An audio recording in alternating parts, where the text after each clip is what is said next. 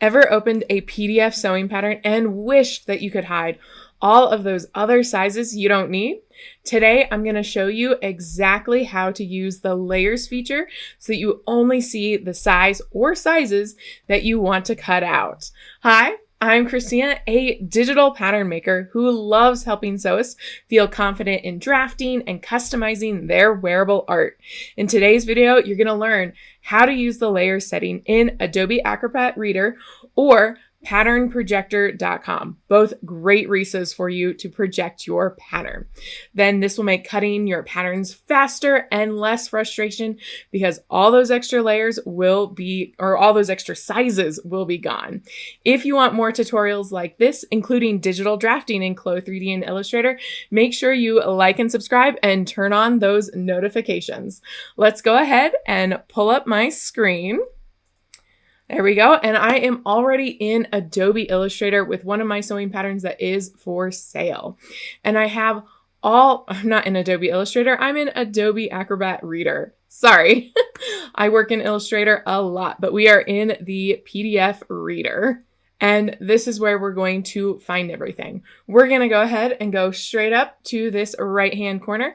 And there's a few different tools up here. We are looking for this tool with the double squares on it is what it kind of looks like to me, but it is the layers function. And when you pop it out, you can see all the different layers that the sewing pattern has.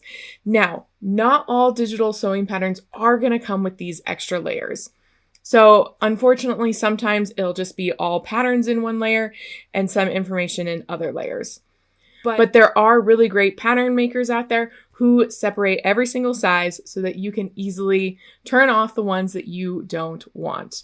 So if you wanted to turn off the larger sizes and just cut out the large, you can turn off all of those sizes.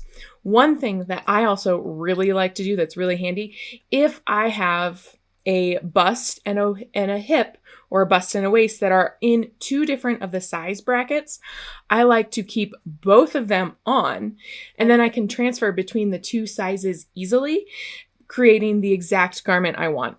A lot of times when I do this, I will quickly draft a new pattern so that I am only dealing with one. But when I'm in a pinch or when I'm in a real hurry, I have started like cutting out at the top waist here and then using a ruler to transfer over to the inner waist pattern here, and then I could transfer back out for my hips if I needed to.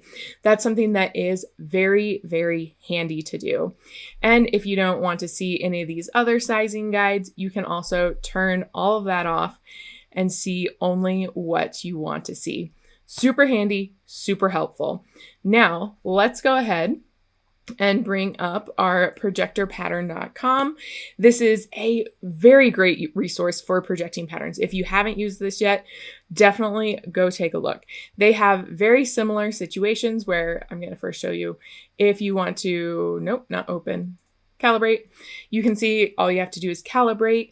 This will project out onto your mat or your table where you're cutting, and you just have to drag and drop these pieces to wherever you want them to go so that it's calibrated.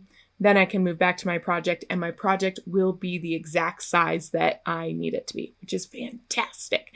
And again, if your pattern has those layers in it, over here on the left-hand side this time, you can see it's still kind of that double box image that will show you the layers. And again, when I'm in projector patterning, I definitely don't need those sizing grids.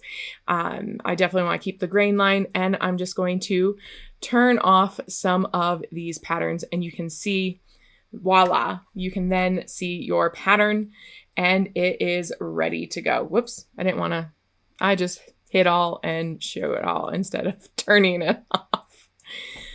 That happens. There we go. Click it again and it is gone. So super fast, super easy, and super, super helpful. And there you have it. You don't have the mess of all those sizes, but you have just the one or two that you want to see.